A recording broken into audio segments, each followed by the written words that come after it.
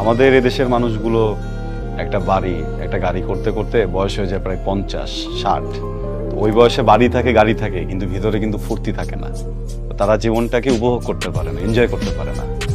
এই জন্য আমি ভাবছি যে আমি এগুলোর পিছনে দৌড়াবো না, কারণ আমি তো আর এটা বলতে পারছি না যে আমি পর্যন্ত বাঁচবো কিনা। আমি তো কালো মারা যেতে পারি।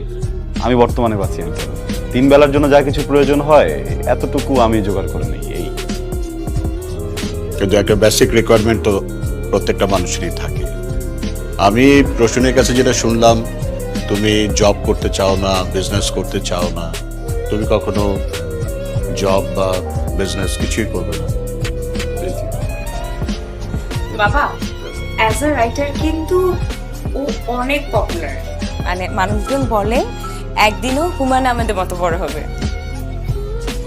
একদিন, এখন তো না। ওর তো কোনো ক্যারিয়ার গোলই নেই।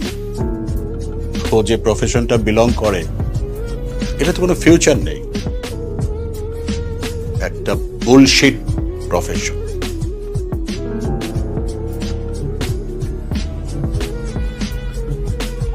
সরি আঙ্কেল, কি বললেন? আরেকটু। আমি বলেছি বুলশিট প্রফেশন। আচ্ছা,